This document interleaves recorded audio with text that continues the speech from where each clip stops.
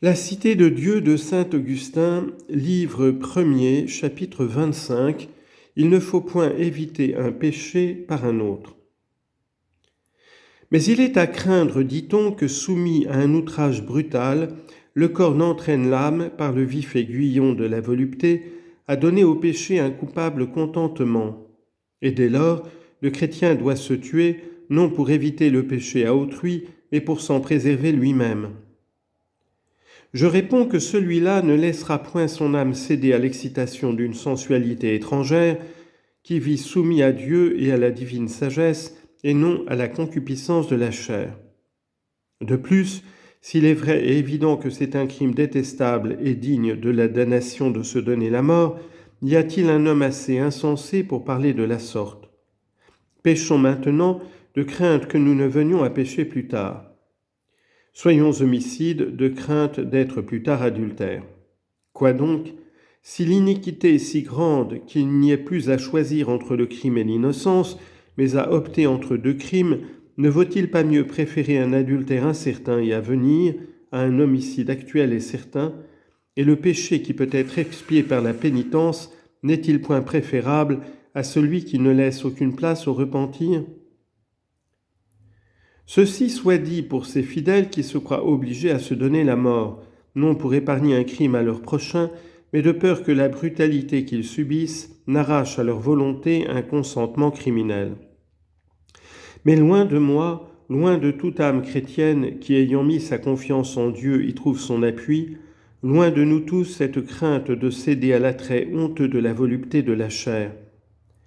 Et si cet esprit de révolte sensuelle qui reste attaché à nos membres, même aux approches de la mort, agit comme par sa loi propre en dehors de la loi de notre volonté, peut-il y avoir faute quand la volonté refuse, puisqu'il n'y en a pas quand elle est suspendue par le sommeil ?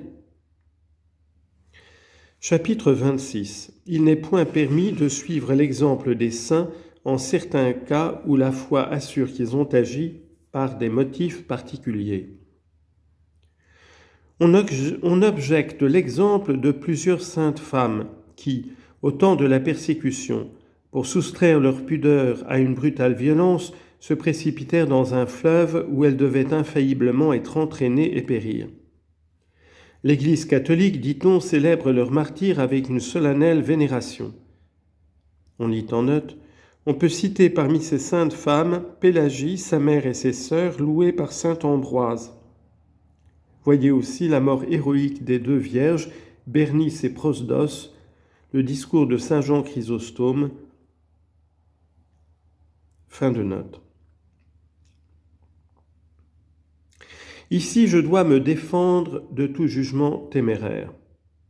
L'Église a-t-elle obéi à une inspiration divine, manifestée par des signes certains, en honorant ainsi la mémoire de ces saintes femmes ?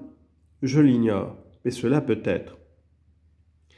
Qui dira si ces vertueuses femmes, loin d'agir humainement, n'ont pas été divinement inspirées, et si loin d'être égarées par le délire, elles n'ont pas exécuté un ordre d'en haut, comme fit Samson, dont il n'est pas permis de croire qu'il ait agi autrement ? Lorsque Dieu parle et intime un commandement précis, qui oserait faire un crime de l'obéissance et accuser la piété de se montrer trop docile ? Ce n'est point à dire maintenant que le premier venu ait le droit d'immoler son fils à Dieu sous prétexte d'imiter l'exemple d'Abraham. En effet, quand un soldat tue un homme pour obéir à l'autorité légitime, il n'est coupable d'homicide devant aucune loi civile.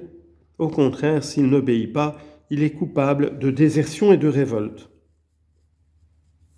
Supposez au contraire qu'il eût agi de son autorité privée, il eût été responsable du sang versé, de sorte que, pour une même action, ce soldat est justement puni, soit quand il l'a fait sans ordre, soit quand, ayant ordre de la faire, il ne la fait pas.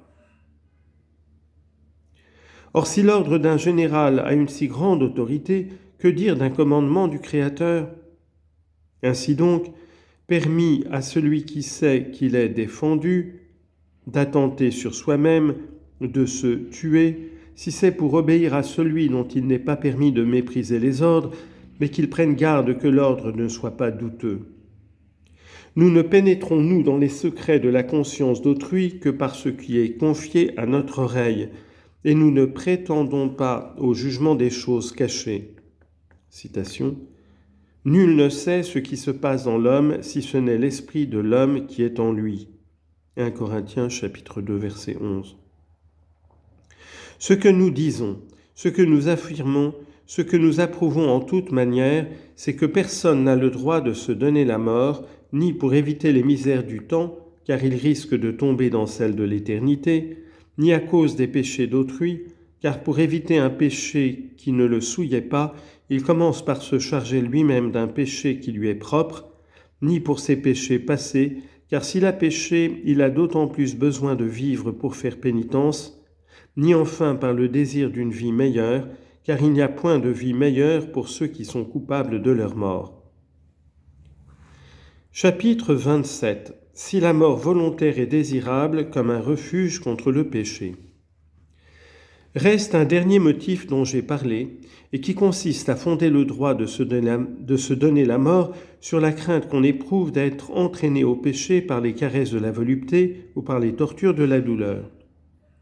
Admettez ce motif comme légitime, vous serez conduit par le progrès du raisonnement à conseiller aux hommes de se donner la mort au moment où, purifiés par l'eau régénératrice du baptême, ils ont reçu la rémission de tous leurs péchés. Le vrai moment, en effet, de se mettre à couvert des péchés futurs, c'est quand tous les anciens sont effacés. Or, si la mort volontaire est légitime, pourquoi ne pas choisir ce moment de préférence ? Quel motif peut retenir un nouveau baptisé ? Pourquoi exposerait-il encore son âme purifiée à tous les périls de la vie quand il lui est si facile d'y échapper selon ce précepte, celui qui aime le péril y tombera ?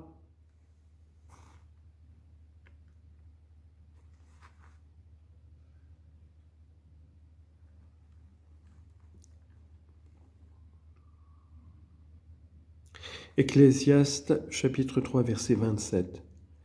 Pourquoi aimer tant et de si grands périls, ou si on ne les aime pas, pourquoi s'y exposer en conservant une vie dont on a le droit de s'affranchir ? Est-il possible d'avoir le cœur assez pervers et l'esprit assez aveuglé pour se créer ces deux obligations contradictoires, l'une de se donner la mort de peur que la domination d'un maître ne nous fasse tomber dans le péché, l'autre de vivre afin de supporter une existence pleine à chaque heure de tentations, de ces mêmes tentations que l'on aurait à craindre sous la domination d'un maître et de 1000 autres qui sont inséparables de notre condition mortelle ? À ce compte, pourquoi perdrions-nous notre temps à enflammer le zèle des nouveaux baptisés par de vives exhortations, à leur inspirer l'amour de la pureté virginale, de la continence dans le veuvage, de la fidélité au lit conjugal, quand nous avons à leur indiquer un moyen de salut beaucoup plus sûr et à l'abri de tout péril ? C'est de se donner la mort aussitôt après la rémission de leurs péchés, afin de paraître ainsi plus saint et pur devant Dieu. Or, s'il y a quelqu'un qui s'avise de donner un conseil pareil, je ne le dirai pas, il déraisonne, je dirai, il est fou. Comment donc serait-il permis de tenir à un homme le langage que voici ? Tuez-vous de crainte que, vivant sous la domination d'un maître impudique, vous n'ajoutiez à vos fautes vénielles quelques plus grands péchés. Si c'est évidemment un crime abominable de lui dire « tuez-vous » aussitôt après l'absolution de vos péchés, de crainte que vous ne veniez par la suite à en commettre d'autres et de plus grands, vivant dans un monde plein de voluptés attrayantes, de cruautés furieuses, d'illusions et de terreurs. Puisqu'un tel langage serait criminel, c'est donc aussi une chose criminelle de se tuer. On ne saurait en effet invoquer aucun motif qui fût plus légitime, celui-là ne l'étant pas, nul ne saurait l'être.